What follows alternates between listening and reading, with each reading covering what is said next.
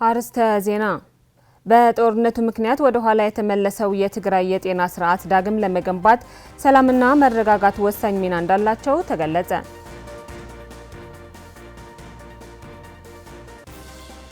በተለያዩ ማህበራዊ ሚዲያዎች የሚሰራጩ የሐሰት ትርክቶች ሀገርን የማፍረስና የህዝብ ለህዝብ ግንኙነት የመሸርሸር ከፍተኛ አሉታዊ ሚና አላቸው ተባለ።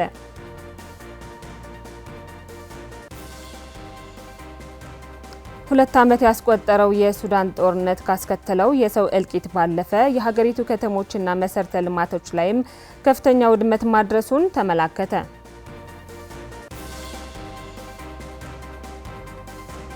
ሰላም ጤና ይስጥልን እንደምናምሽታችኋል አድማጭ ተመልካቾቻችን የዕለቱን ዜናዎች ይዘን ቀርበናል። ከዕለቱ ዜናዎች ጋር ትራሐሰን ሐኖም ከመላው የስቱዲዮ ባለሙያዎች ጋር አብረናችሁ እንቆያለን። አብራችሁን ቆዩ። ቀዳሚ ወዳደረግነው ዜና እናልፋለን። በጦርነቱ ምክንያት ወደ ኋላ የተመለሰው የትግራይ የጤና ስርዓት ዳግም ለመገንባት ሰላምና መረጋጋት ወሳኝ ሚና አላቸው ሲሉ የትግራይ ጤና ምርምር ኢንስቲትዩት ዋና ዳይሬክተር ዶክተር ሀየሎም ካሕሳይ ገለጹ። ከባለሙያዎች እስከ ሕክምና መገልገያዎች በሁለንተናዊ መሰናክሎች እያለፈ ያለው ዘርፉ ለመታደግ ሁሉም የድርሻውን ይወጣ ዘንድም ጥሪ አቅርበዋል። ማሾ ንጉሰ ማናቸውም ፖለቲካዊ ብሎም ማህበራዊ ኢኮኖሚያዊ ችግሮች በጤና ስርዓቱ ላይ ከባድ ጫና እንደሚያሳርፉ በመግለጽ በጦርነት ምክንያት ክፉኛ የተጎዳው የትግራይ የጤና ስርዓት ለመመለስ ሰላምን ማጽናት ወሳኝ መሆኑ በትግራይ ጤና ምርምር ኢንስቲትዩት ዋና ዳይሬክተር ዶክተር ሀየሎም ካሕሳይ ገልጸዋል። ትግራይ ጤና ስርዓት አሁን ያለበት ሁኔታ በጥናት እንደተረጋገጠው በተለይ ከጦርነቱ በኋላ ከአውዳሚ ጦርነቱ በኋላ እንግዲህ ሁሉም ሴክተር አፌክትድ ቢጎዳም ጤና ስርዓት ደግሞ በጣም ሴንሲቲቭ ስለሆነ ቶሎ እንክብካቤ የሚፈልግ ቶሎ ድጋፍ የሚፈልግም ስለሆነ እጅግ ከተጎዱ የሴክተሮች አንዱ የጤና ስርዓቱ ነው። የጤና ስርዓት ምንድነው በጣም ሴንሲቲቭ ነው። አንድ ቀን እንኳን ሳፕላይ ለአንድ ሆስፒታል ብናቆመው የሚኖረውን ኪዮስ የሚኖረውን ችግር በጣም ከባድ ነው። ዛሬ ለአዲራት ሆስፒታል ወይም ለሽረ ሆስፒታል ሰርቪስ ቢያቆም ነገ የሚመጣው ማተርናል ዲዝ ነው፣ የእናቶች ሞት ነው፣ የህፃናት ሞት ነው። ዶክተር ሀየሎም አክለውም በትግራይ የተሟላ የጤና አገልግሎት ለመስጠት ከተለያዩ ሀገር አቀፍና ዓለም አቀፍ ተቋማት ስራዎች እየተከናወኑ ቢሆንም ካለው እጥረትና ፍላጎት አንጻር ሲታይ ግን ተጨማሪ ጥረት ይሻል ብለዋል። ጥሩ የተጀማመሩ ስራዎች አሉ። በተለይ የጤና ስርዓቱን እንደገና ወደ ነበረበት ለመመለስ ወይ ከዛም በተሻለ ለማድረግ ከሁሉም የሚጠበቀው ግን አንድ ሰላም ማጽናት ነው። ሁለተኛ ተባብሮ መስራት። እንግዲህ ባየነው በጥናት ባረጋገጥ ነው ትግራይ ውስጥ የገጠመው የጤና ስርዓት መጓደል ቀላል አይደለም። ስለዚህ በመንግስት ብቻ ወይ ጤና ቢሮ ብቻ የሚችለው አይነትም አይደለም ሀክል ነገር። ስለዚህ ጥሩ ጥምረት የናን ገቨርንመንታል ኦርጋናይዜሽን የምንላቸው መንግስትም እኛም እንደ ስርዓቱ የጤና ስርዓቱ አመራርም ተቀናጅቶ ቅድሚያ ለሰላም በመስጠት ቅድሚያ ለንግግር በመስጠት የተጀመሩት የዳግም ግንባታ ስራዎችን አጠናክረን ከቀጠልን እኔ ከበራለን ብዬ ነው ማስበው። በቃ ፌደራል መንግስት ግዴታ ከተዋጣ ትላልቅ ዩኤን ኤጀንሲስ WHO ዩኒሴፍ እነዚህ ትላልቅ ተቋማት ግዴታቸውን ከተዋጡ የጤና ስራ ብቻ ናት ገነባው የትግራይ መንግስትም ግዴታ ከተዋጣ በአጭር ጊዜ ወደ ነበረበት ብቻም ሳይሆን ከዛም በተሻለ እንገነባዋለን ብለን ነው የምናስበው። ስለዚህ አሁን ለምሳሌ ነዳጅ ትግራይ ውስጥ ሲጠፋ መጀመሪያ የተጎዳው የጤና ስርዓት ነው። ኢሚዲየት ኢፌክቱ የጤና ስርዓት ነው የሚሆነው። ስለዚህ እንደዚህ አይነት ከተለያዩ የክልል ቢሮዎችም ቢሆን ቅድሚያ ለጤና መስጠት ሁሉም ኃላፊነቱ ቢወጣ የማይደረስ የለም ያሉት ዶክተር ሀየሎም የትግራይና የኢትዮጵያ መንግስታት ብሎም አጋር ተቋማትና መላው ማህበረሰብ የትግራይ ጤና ስርዓት ዳግም በመገንባት ላይ ሚናቸው ይወጡ ዘንድ ጥሪ አስተላልፈዋል። ነዳጅ የለም ከተባለ መጀመሪያ ለጤና ቅድሚያ መስጠት፣ ሌላ ነገር የለም ሲባል ቅድሚያ ትራንስፖርት የለም ሲባል ቅድሚያ ለጤና መስጠት፣ እንደዚህ ነገሮች ቅድሚያ እየሰጠን ከሄድን አሁን ያለውን ሰርቪስ መስጠት እንችላለን። ሰርቪሶችም እያሻሻልን እንሄዳለን ብዬ ነው ማስበው። በተለያዩ ማህበራዊ ሚዲያዎች የሚሰራጩ የሐሰት ትርክቶች ሀገርን የማፍረስና የህዝብ ለህዝብ ግንኙነት የመሸርሸር ከፍተኛ አሉታዊ ሚና እንዳላቸው ተገለጸ።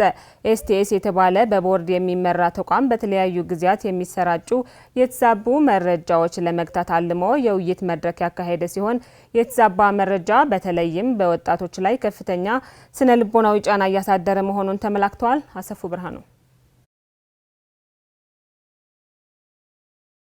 ከጦርነቱ በፊት በተለያዩ ማህበራዊ ሚዲያዎች ሲሰራጩ የነበሩ የሐሰት ትርክቶችና የጥላቻ ንግግሮች ተፋፍመው የበርካቶችን ህይወት የቀጠፈውን ጄኖሳይዳዊ ጦርነት እንዲከሰት ከፍተኛ ሚና ተጫውተዋል። የነበረው የጠነከረ የህዝብ ለህዝብ ግንኙነትም እንዲሻክር አስችሏል። በተለይም በወጣቶች ላይም ከፍተኛ ስነልቦናዊ ጉዳት አሳድሯል። የእነዚህ ጉዳዮች ሁሉ ምክንያት የሆነውን የማህበራዊ ሚዲያ የተዛባ መረጃ መንሸራሸር አሁንም ድረስ እየተስተዋለ በመሆኑ ችግሩን ለመቀነስ ብሎም ለመቅረፍ ኤስሲቲኤስ የተሰኘ ቦርድ መሪ ድርጅት ከካናዳ ኤምባሲ ሰርች ፎር ኮመን ግራውንድ እና ኢልጋ ጋር በመተባበር እየተንቀሳቀሰ ስለመሆኑ የኤስሲቲኤስ ስራ አስኪያጅ ኢንጂነር ገብሩ ጊደይ ይጠቁማሉ። ዛሬ ያከና ያለነው በሶሻል ሚዲያ በኦንላይን ፕላትፎርም የሚነዙ ብዙ ትክክል ያልሆኑ ሚስ ኢንፎርሜሽን ዲስ ኢንፎርሜሽን እና ሄት ስፒቾች አሉ። ስለዚህ እነኚህ በእነኚህ ላይ ሰርተን ሰላማችን እንዴት መጠበቅ እንችላለን በሚለው ዙሪያ ላይ እየሰራን ነው።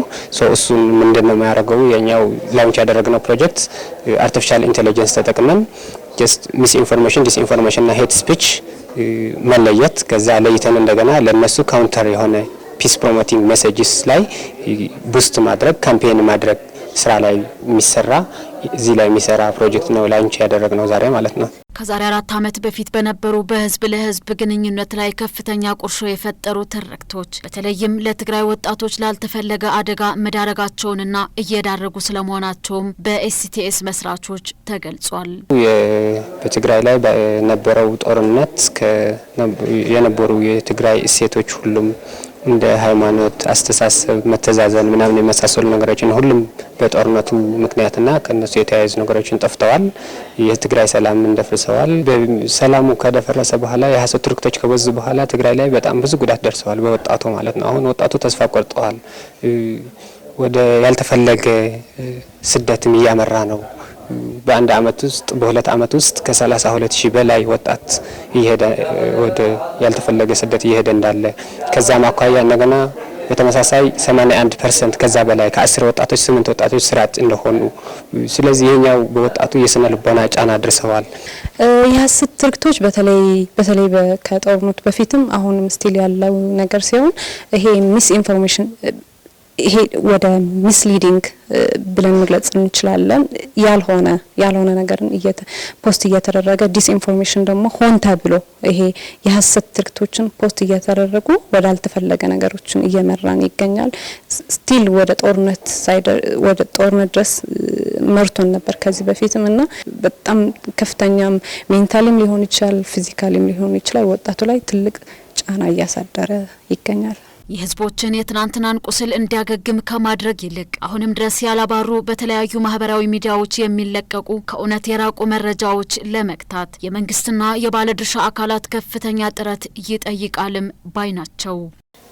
ይህንን ለመግታት እንደ መንግስትም እንደ ሲኤስኦዎችም እንደ ዶኖሮችም ሊሆን ይችላል በተሻለው መጠን እዚህ ላይ ኢንጌጅ ሆኖ መስራት አለባቸው። አሁን ለምሳሌ እኛ እያደረግነው ያለነው ይሄ እነዚህን አናላይዝ ማድረግ ነው። ዳታው ትክክል ነው አይደለም ፊልተር አውት ለማድረግ እየሞከረን ነው እና በፖሊሲ መልክ ተቀርጾ በዚህ ላይ መሰራት አለበት። አገር ሰላም የመገንባት ስራ ያለው ወጣት ነው። ስራ አገር የማፍረስ ሚና የሚጫወትም ወጣት ነው። ከዚህ አኳያ የተለያዩ የጋርሰና የተካላት ወንጀል ሲያሰዎች የሚባሉ መንግስትም ራሱ እንደኛ የመሳሰሉ የወጣት ድርጅቶች በቴክኖሎጂ ዙሪያ ከዛም ወጣቱ በደንብ ኮንስትራክቲቭ በሆነ መንገድ ተሰርቶበት ለሰላም ግንባታ እንዲውል ማድረግ አለብን። እንደ ኢትዮጵያ ፌደራል መንግስትም በዚህ ላይ ፖሊሲ ጋይድላይንስ አውጥተው በደንብ ይሰራበት። የህዝቡን ቁርሾ የሚያስቀጥሉ መረጃዎችን ለመግታት በኤስቲኤስ በኩል የተጀመረውን እንቅስቃሴ በሌሎች ክልሎች የሚገኙ ወጣቶችም ሊከተሏቸው የሚገቡና ተባባሪ በመሆን እንዲሰሩባቸውም ጥሪ አድርገዋል። በቴክኖሎጂ ዙሪያ ሰላማችን ለመጠበቅ አገራችን ለመገንባት ባለው ሁኔታ መሰረት በቴክኖሎጂ ዙሪያና በእነኚህ የሐሰት ትርክቶች ዙሪያ ብዙ ስራ ይጠበቅበታል እና በኢትዮጵያ ያሉ ወጣቶች ከኛ ጎን ለሰላም ግንባታ በአጽንኦት ቢሰሩበት እጠይቃለሁ። ይሄ ሄት የሆኑ ስፒቾች አላስፈላጊ ትርክቶችን ፖስት ሲደረጉ ሪፖርት ማድረግ እንችላለን። ስለዚህ ያን ሮሎችን እየተጠቀምን በተለያየ ክልሎችም ያሉ ከኛ ጋር ኢንጌጅ በማድረግ በተለያየ ቋንቋ መስራት ይችላሉ። አብረን መስራት እንችላለን። በፕሪቶሪያው ስምምነት መሰረት ወደ ቀያችን ካልተመለስን እጅግ አስከፊ እልቂት ይከሰታል ሲሉ የምዕራብ ትግራይ ተፈናቃዮች ተናገሩ። አሁንም ቢሆን የፌዴራል መንግስትና የትግራይ ጊዜያዊ አስተዳደር የጉዳዩን አሳሳቢነት ተገንዝበው አፋጣኝ መፍትሄ ያበጁልን ሲሉም ጥሪ አቅርበዋል። ዘገባው የሐጎስ ተክላይ ነው። አለም ተክላ አዘጋጅተዋለች። መኖሪያቸውን ስፍራቸውን ጥለው በተለያዩ መጠለያ ስፍራዎች ከተጠለሉ አራተኛ ዓመታቸውን አገባድደው ወደ አምስተኛው እንዲገቡ በጣት የሚቆጠሩ ጊዜያትን ነው የቀራቸው የትግራይ ተፈናቃዮች። ከሞት ለማምለጥ ቢፈናቀሉም ተፈናቃይ ወገኖቹ በየመጠለያ ስፍራ ሆነው በተለያዩ ችግሮች እየሞቱ እንደሚገኙ የምዕራብ ትግራይ ተፈናቃዮች ገለጹ። በመከራ በችግርና ሰቆቃ ኑሮ ማሸነፍ እንዳቃታቸው ነው የሚናገሩት። ህይወታችን በጣም አደጋ ነው ያለው ነው ማለትም ሁሉ ነገር በመጀመሪያ በረዳታ ምናምን ልንታናገዝ ነበር። አሁን እርዳታ አቋርጧል። 2 ወር አድርጓል። አሁን በራብ ላይ ያለ ነው። አሁን ደግሞ ራብ ሲጨመርብን ደግሞ ምግብም የለም፣ መኝታም የለም፣ መድኃኒትም የለም። በጣም ተቸግረን ያለ ነው ማለት ነው።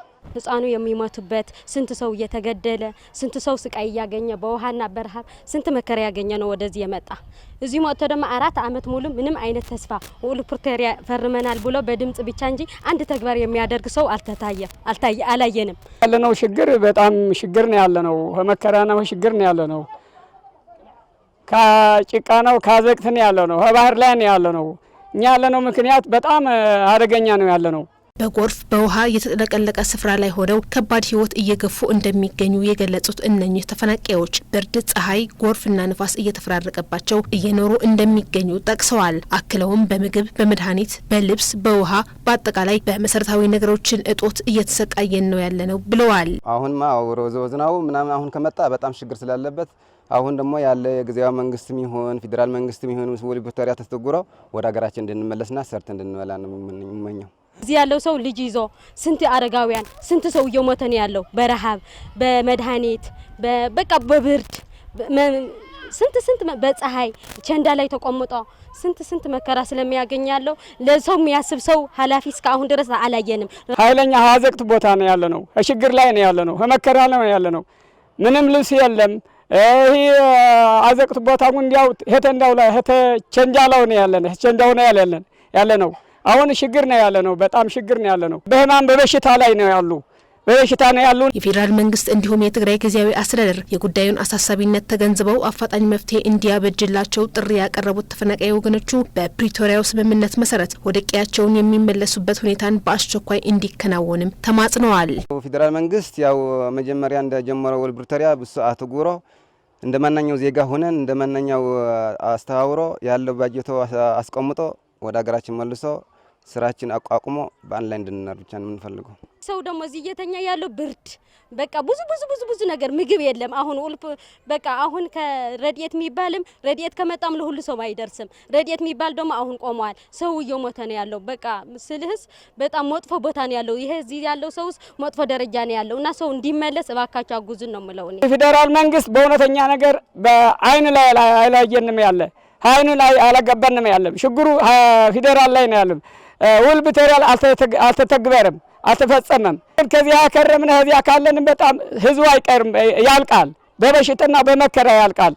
በመከራና በበሽታ ያልቃልና በእውነተኛ አገራችን ቢመለስልን ብተባበርነ መንግስቱም ይሁን ፌዴራሉ ይሁን የውል ፕሪቶሪያ ቢዘጋጅ ቢደረግልን በጣም አገራችን ብንመለስ ይሻለኛል።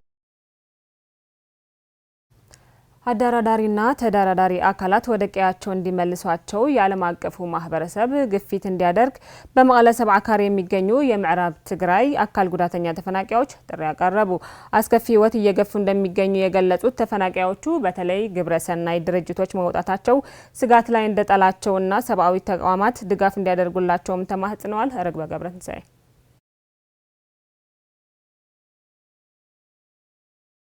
ከተለያዩ የትግራይ አካባቢዎች ተፈናቅለው በሱዳንና በትግራይ የተለያዩ ቦታዎች ተጠልለው የህይወትን አስቀያሚ ገጽታዎች ለማፈራረቅ ተገደው የሚገኙ ወገኖች ለስቃያቸው መቋጫ እንዲበጅለት ዛሬም ድረስ ድምጻቸውን እያስተጋቡ ይገኛሉ።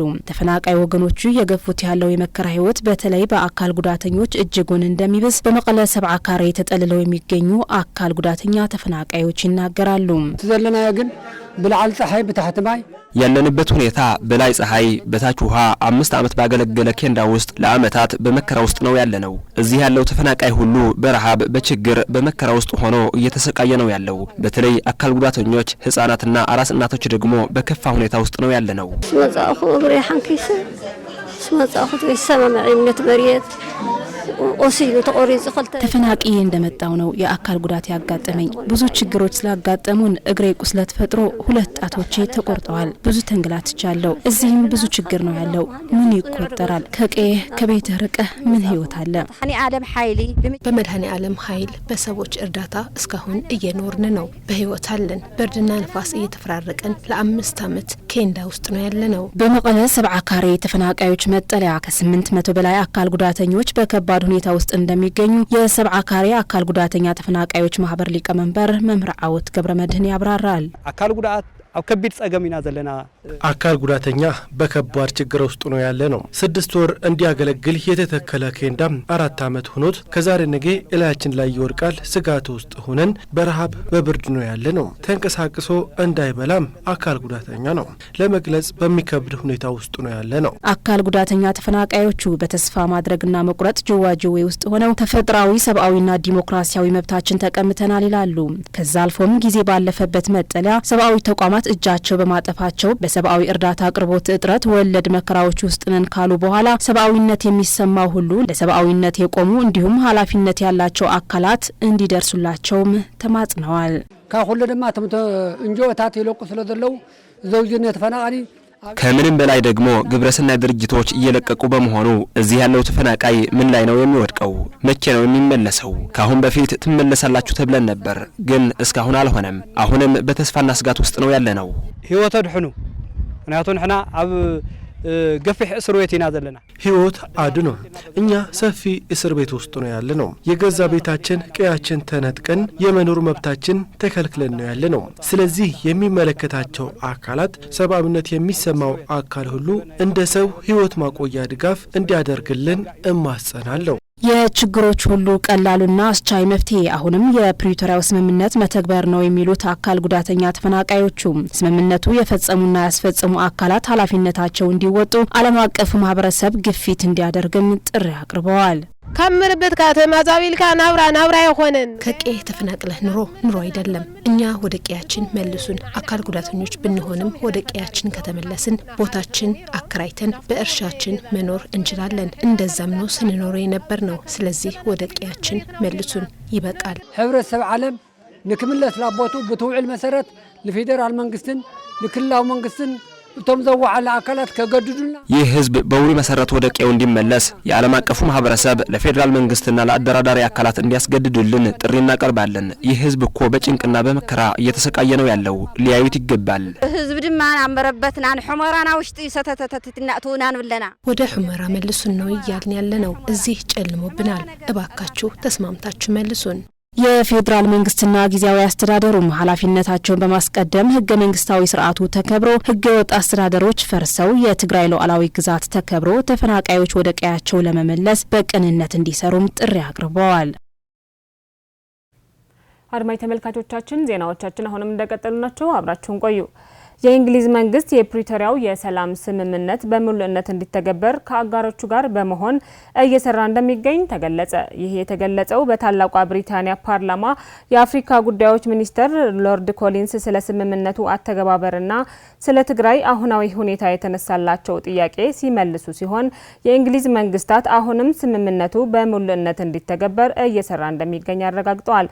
ቀደም ሲል የእንግሊዝ መንግስት ከ23 የአውሮፓ ሀገራት ጋር በመሆን ስለ ስምምነቱ ትግበራ ያወጣው አቋም አልተቀየረም ያሉት ሎርድ ኮሊንስ አሁንም ስምምነቱ ሙሉ በሙሉ እንዲተገበር ከሁሉም የሚመለከታቸው አካላት ጋር እየሰራን እንገኛለን ብለዋል። በተለይ እስካሁን መፍትሄ ያላገኘ የተፈናቃዮች ጉዳይና ሌሎች የስምምነቱ አንኳር ነጥቦች እንዲተገበሩ ጥረት እያደረግን ነው ብለዋል። ከዚህ በተጨማሪም ታላቋ ብሪታንያ ዲዲአር እንዲተገበር፣ ሰብአዊ መብቶች እንዲጠበቁና የሰብአዊ መብት ጥቃቶች እንዲመረመሩ ድጋፍ እንደምታደርግ ገልጸዋል።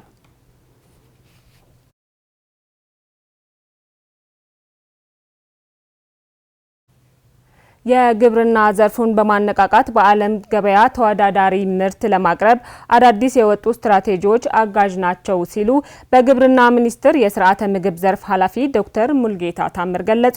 የሐውዜንና የሳምረ ወረዳ የግብርና ዘርፍ ኃላፊዎች በበኩላቸው በጦርነቱ የተጎዱ ዘርፉ ለማንሰራራትና ስትራቴጂዎችን ተግባራዊ ለማድረግ የፌዴራል የግብርና ሚኒስቴር ድጋፍ ያስፈልጋል ብለዋል። ዘውዱ አለማየሁ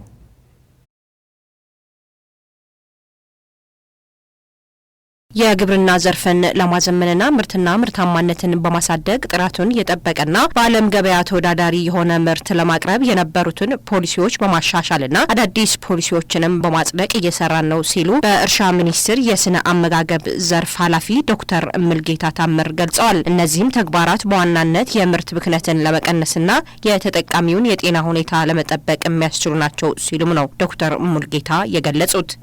ፖሊሲዎች ይዘታቸው አንደኛው የምግብ ደህንነትና ጥራት ጋር የተገናኘ ነው፣ ግን ተቀዳሚ የግብርና ምርቶች ላይ ነው። ሁለተኛው የድህረ ምርት ብክነትን ለማሻሻል የሚያስችል ነው። ሶስተኛው የስርዓተ ምግብ ወይም ኒውትሪሽንን የህብረተሰቡን በተለይ የህፃናትና የሴቶች ለማሻሻል የሚደረጉ ስትራቴጂዎች ናቸው ማለት ነው። የሐውዜንና ሳምረ ወረዳ የግብርና ዘርፍ ኃላፊዎች በበኩላቸው ጦርነቱ ዘርፉን በከፋ መልኩ በመጉዳቱ ተጀምሮ በጥሩ እንቅስቃሴ ላይ የነበሩት ስራዎች ወደ ኋላ የተመለሱበት ሁኔታ ተፈጥሯል ብለዋል። ማትናይ ትግራይ ዝነበረ ፍላይት ኣብ ሕርሻ በትግራይ በእርሻ ዘርፍ ከጦርነቱ በፊት የነበረውን የምርትና ምርታማነት ሁኔታ በጥሩ ደረጃ ላይ ነበር። በተለይ ገበያ ተኮርና የዘመነ የሜካናይዜሽን ስራዎች በማሻሻል የስርዓተ ምግብ ላይ ትኩረት ተሰጥቶት እየተሰራ ነበር። የተጀመሩና ጥሩ እንቅስቃሴዎች ላይ የነበሩ ጉዳዮች ግን በጦርነቱ ሳቢያ በከባድ የተጎዱበት ሁኔታ ተፈጥረዋል። በጦርነቱ ሳቢያ በርካታ የተጀመሩ ስራዎች ውጤት ላይ ሳይደርሱ እንዲቋረጡና እንዲወድሙ ሆነዋል። ለምሳሌ በስነ አመጋገብ ዙሪያ የተጀመሩ ጥሩ እንቅስቃሴዎች የመቀንጨር ችግርን ይፈታሉ ተብለው እንቅስቃሴ ተጀምረው ነበር። ነገር ግን ውጤት ሳያገኝ ቀርቶ የመቀንጨር አደጋው ወደ 50% አሻቅቧል። ይህም በሚወለዱት ህጻናት ላይ ትልቅ ችግር ደቅኗል። ይህ የሆነው ምርትና ምርታማነት ላይ የተመረኮዙ ሲሰሩ የነበሩት ጥሩ ስራዎች በጦርነቱ ሳቢያ በመቋረጣቸው ነው። ከተገኘው አንጻራዊ ሰላም በኋላ ከጦርነቱ በፊት ተጀምረው የነበሩ ስራዎችን ዳግም ለማነቃቃትና ምርትና ምርታማነትን በማሳደግ ለገበያ ተወዳዳሪ የሆኑ ምርቶችን ለማቅረብ የተለያዩ ጥረቶች ይደረጋሉ ያሉት የስራ ኃላፊዎቹ በተለይ ከእርሻ ሚኒስቴር ጋር ተባብሮ እየሰራ ያለበት ሁኔታ ጥሩ የሚባል መሆኑን ገልጸዋል።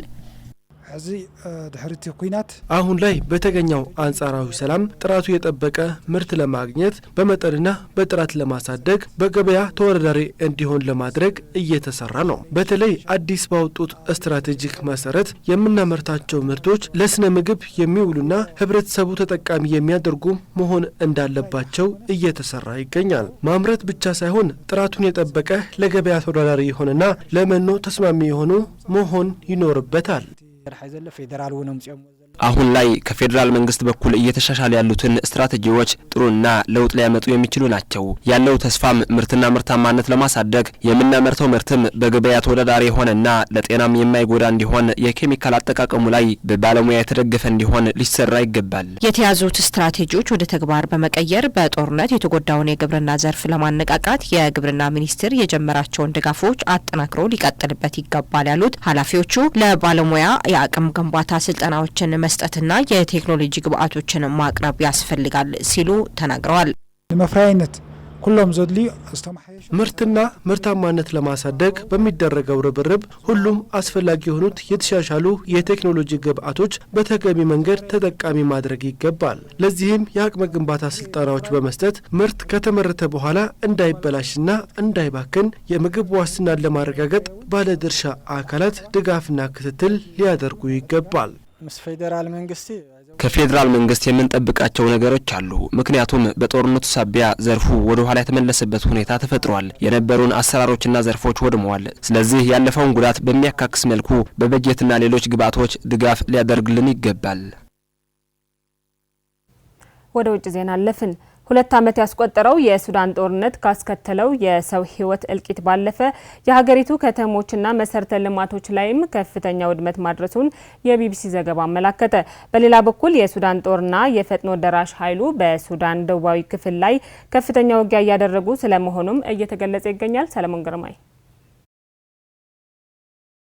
ለሁለት ዓመታት ያክል እጅግ አውዳሚ የእርስ በርስ ጦርነት እየተካሄደባት ያለችው የአፍሪካ ቀንድ ሀገር ሱዳን ጦርነቱን ተከትሎ እጅግ ከባድ ውድመት እንዳስተናገረች ነው እየተገለጸ ያለው። በዚሁ የ2 ዓመት የእርስ በርስ ጦርነት ሕይወታቸው ከተቀጠፉ በ10 ሺዎች የሚቆጠሩ ሰዎች ከተፈናቀሉ በ10 ሚሊዮን የሚቆጠሩ ሰዎች ባሻገር የሱዳን ከተሞች የህዝብና የመንግስት መሰረተ ልማቶች ግዙፍ የሀገሪቱ ፕሮጀክቶች ወደ ፍርስራሽነት ተቀይረዋል። ካርቱም ዓለም አቀፍ የአየር ማረፊያ እስከ ቤተ መንግስቱ ድረስ የዚሁ ጦርነት ሰለባ ሆኖ በሚያሳዝን ሁኔታ ወድሞ ታይተዋል። የጦርነት በጎነት የለውምና ሁለቱም ተፋላሚ ኃይሎች በሚያዘንቧቸው ዘመናዊ የጦር መሳሪያዎች የሀገሪቱ ከተሞችና መንደሮች ወደ አመድነት ተቀይረዋል። ከነዚህም ግዙፍና አንዷ የሆነችው ካርቱም ከተማን ማንሳት ይቻላል። ጦርነቱ ከተጀመረ አንስቶ ለ2 ዓመታት ያክል የፈጥኖ ደራሽ ኃይሉ መቀመጫ ሆና የሰነበተችው ካርቱም አሁን ላይ ህንፃዎቿ ፈራርሰው መሰረተ ልማቶቿ ወድመው ጸጥ ረጭ ብላለች። ቢቢሲ የሱዳኗ ካርቱም ከፍተኛ ውድመት እንደደረሰባት የሚያሳዩ ምስሎችና መረጃዎችም ይዞ ወጥቷል። ቢቢሲ በከተማዋ ተዘዋውሮ ከጦርነቱ መልስ ያለችበት ሁኔታ በማቃኘት ሰፋ ያለ ዘገባም አሰራጭቷል። ለ2 ዓመታት የፈጥኖ ደራሽ ኃይሉ ዋና መቀመጫ ሆና የቆየችው ከሳምንት በፊት በሱዳን ጦር ቁጥጥር ስር የገባቸው ካርቱም አሁን ላይ ወደ ፍርስራሽነት ተቀይራ በጸጥታ ተውጣ መመልከቱን ቢቢሲ በዘገባው አስፍረዋል። የካርቱም ዓለም አቀፍ አየር ማረፊያ፣ የፕሬዝዳንቱ ቤተ መንግስት፣ ሌሎች ትልልቅ ተቋማት በጦርነቱ ከወደሙ ግዙፍ የሀገሪቱ ተቋማት መካከል መሆናቸውንም ዘገባው ያመላክታል። ይህች በአንድ ወቅት የሀገሪቱ መንግስት መቀመጫ ሞቅ ደመቅ ያለ የንግድ እንቅስቃሴ ሲደረግባት የነበረችው ካርቱም አሁን ላይ ውበቷን አጥታም በህንፃዎቿና መሰረተ ልማቶቿ ፍርስራሽ ተውጣ መታየቷም አሳዛኝ ከተማ ሆናለች። ካርቱምን እንደ ምሳሌ አነሳን እንጂ አብዛኞቹ የሱዳን ከተሞች የጦርነት ሰለባ ሆነው በሞት ካጧቸው ዜጎቻቸው ባለፈም ለዓመታት በህዝብና መንግስት ሀብት የተገነቡትን መሰረተ ልማቶች ወድመው ወደ ሲኦልነት የተቀየሩ ናቸው። በየሰዓቱ የከባድ መሳሪያና የአየር ቅንቡላ የሚዘንብባቸው የፈራረሱ ህንፃዎች ቢቆፈሩ የሰው ልጅ አስክሬን የሚወጣባቸው ናቸው። ምንም እንኳ የዓለም አቀፍ ማህበረሰብ የሱዳንን ጦርነት ያሳስበኛል፣ ከዓለማችን ትልቁ የሰብአዊ ቀውስ የታየበት ነው በማለት የመግለጫ ጋጋታ ቢደረደርም እንደ መፍትሄ ብሎ ግን አንድም ያመጣው ለውጥ አይታይም። ይልቁንስ ትኩረቱ ወደ መካከለኛው ምስራቅና ዩክሬን በማድረግ ለተቀን ስራራት ነው የሚስተዋለው። ምንም እንኳ ያመጣው ተጨባጭ ለውጥ ባይኖርም የአፍሪካውያን ችግር በአፍሪካውያን ይፈታል በማለት ሲነገር የሚደመጠው የአፍሪካ ህብረትም የሱዳንን ቀውስ ለመፍታት የሄደበት ርቀት አለመኖሩን ደግሞ ሌላ ትዝብት ውስጥ የከተተ ጉዳይ ሆኖ እየቀጠለ ይገኛል። ምናልባት ከብዙዎች አሁን ላይ ተስፋ የተጣለበት የሀገሪቱ ጦር ካርቱምን ጨምሮ ሌሎች ቁልፍ ስፍራዎችን መቆጣጠሩን ተከትሎም የጦርነቱ ሂደት ያበቃ ይሆን? የሱዳናውያን ሰቆቃስ አብቅቶ ሰላማቸው ይመለስ ይሆን? በማለት ተስፋቸው እያስቀመጡ ይገኛሉ። በሌላ በኩል ደግሞ ካርቱምን የተነጠቀው የፈጥኖ ደራሽ ኃይሉ ካርቱምን መነጠቁ አምኖ ጦርነቱ ግን ገና አላበቃም ይቀጥላል ማለቱ ደግሞ የሱዳን ሁኔታ ወዴት ያመራ ይሆን? መጨረሻውስ ምን ሊሆን ይችላል? በማለት በርካቶች ስጋታቸውን እያስቀመጡ ይገኛሉ። የሱዳን ጦርነት አሁንም ተባብሶ እንደቀጠለ ነው። የዓለም አቀፍ ማህበረሰብ ዝምታ፣ የተፋላሚ ኃይሎች ለሰላምና ድርድር ዝግጁ አለመሆን ታክሎበት ሁኔታው እጅግ ወደ ከፋ መንገድ እየተጓዘ ስለመሆኑንም የሚናገሩ በርካቶች ናቸው። ካርቱምና ሌሎች በርካታ ቁልፍ ስፍራዎች ከፈጥኖ ደራሽ ኃይሉ ያስለቀቀው የሱዳኑ ጦር አሁን ደግሞ በደቡባዊ ሱዳን የምትገኘውን ሌላ ቁልፍ ስፍራ ለማስለቀቅ ከባድ ውጊያ እያደረገ ስለመሆኑ ነው መረጃዎች እየወጡ ያሉት። አናዶሉ የተሰኘ የቱርክ የዜና አውታር ይዞት በወጣ ዘገባ እንዳመላከተው በደቡባዊ ሱዳን በሰሜን ኮርዶፋን ግዛት የምትገኘውን የግዛቷ ዋና ከተማ የሆነችው ስትራቴጂካዊ ከተማ ኤል አብዴ ለመቆጣጠር ሁለቱም ተፋላሚ ኃይሎች ከፍተኛ ውጊያ እያደረጉ ስለመሆኑም ዘግቧል። በዚህ ውጊያም የፈጥኖ ደራሽ ኃይሉ ከፍተኛ ጉዳት ማስተናገዱን ነው አናዶሉ የዘገበው። ከደረሰበት ጉዳት በተጨማሪ ቁልፍ ስፍራዎችን ለቆ ለመሸሽ መገደዱንም ወታደራዊ ምንጮቹን ዋቢ በማድረግ ዘግበዋል። እንደ ፈረንጆች አቆጣጠር ሚያዝያ 2023 የጀመረው የሱዳኑ የእርስ በርስ ጦርነት እስካሁን ድረስ ከ20 ሺህ በላይ የሰዎች ሕይወት መቅጠፉንና ከ14 ሚሊዮን በላይ ደግሞ ማፈናቀሉን የተመድና የአካባቢው ባለስልጣናት ቢገልጹም እንደ የአሜሪካ ዩኒቨርሲቲዎች ጥናት ደግሞ የሟቾች ቁጥር 130 ሺህ ገደማ መሆኑን አናዶሉ በዘገባው አመላክቷል። ሚሊዮኖችን ለከፋ የሰብአዊ ቀውስና ለረሃብ አደጋ ያደረገው ጦርነቱ ከ18ቱ የሱዳን ግዛቶች 13ቱ የጦርነቱ ሰለባ ናቸው ሲልም አናዶሉ ሀተታውን አጠቃልለዋል። አሜሪካ በየመን የፈጸመችው የአየር ጥቃት በሆዲዳ አቅራቢያ ቢያንስ 4 ሰዎች መገደላቸውን የሁቲ አማጽያን ተናገሩ።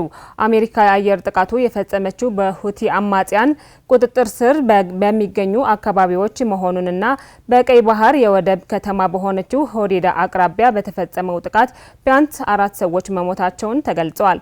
ይህ በእንዲህ እንዳለ ሳምንታት በተሻገረው የአሜሪካ ጥቃት ሁቲ የበቀል ምላሽ እየሰጠች መሆኑን ማሪብ ግዛት ኤምኤ 9 የተሰኘ የአሜሪካ ሰው አልባ አውሮፕላን መጥቶ መጣሉን አስታውቋል። አሜሪካ በኢራን የሚደገፍና አሸባሪ ስትል የምትፈርጀው ሁቲ በቀይ ባህር የሚመላለሱ መርከቦች ላይ ጥቃት ማድረስ እንደምትቀጥልበት ዝታለች።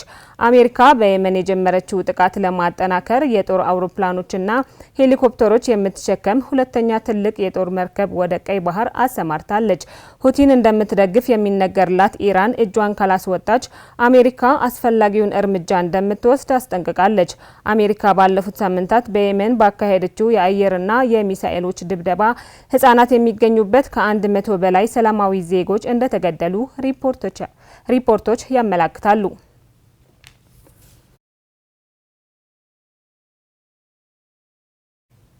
በመጨረሻም ሩሲያ የራስዋን ግድብ በአየር ጥቃት ማውደሟን ተገለጸ። ከዩክሬን ጋር ከባድ ውጊያ እያደረገች ያለችው ሩሲያ በዩክሬን አቅራቢያ የሚገኘውን የራስዋን ግድብ በአየር ጥቃት ማፍረሷን ተገልጿል። ሩሲያ የራስዋን ግድብ ለማፍረስ የተገደደችውም የዩክሬን ብረት ለበስ ተሽከርካሪዎችን ለመከላከል መሆኑን ነው እየተገለጸ ያለው። ከዩክሬን ድንበር በተወሰኑ ኪሎ ሜትሮች ርቀት በምትገኘው መንደር አቅራቢያ የሚገኘው ይህ የሩሲያ ግድብ ሩሲያ ከዩክሬን የሚቃጣባትን ጥቃት ለመከላከል በማለምና የዩክሬን ብረት ለበስ ተሽከርካሪዎችን ለማገድ መሆኑን ተዘግቧል። ከሩሲያ ተደጋጋሚ የሚሳኤሎችና የድሮኖች ጥቃት እየተፈጸመበትና ከፍተኛ ጉዳት እያስተናገደች ያለችው ዩክሬን አሁን ላይ በቤልጎሮድ ዞን የማጥቃት እርምጃዋ በማጠናከር በሩሲያ ኃይሎች ላይ የበላይነት እያሳየች ነው ተብለዋል። በዚህ ዙሪያ ከሩሲያ በኩል የተባለ ነገር የለም ሲል ዴይሊ ኤክስፕረስ ዘግቧል።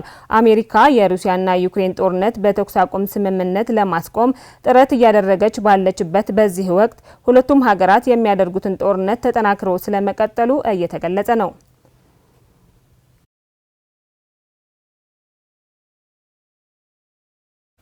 አድማጭ ተመልካቾቻችን ለዛሬ ያድናቸው ዜናዎች የእስካሁኖቹ ነበሩ። ስለነበረን ጊዜ እናመሰግናለን። ከቀሪው ጣቢያችን ፕሮግራሞች ጋር መልካም ምሽት ይሆንላችሁ።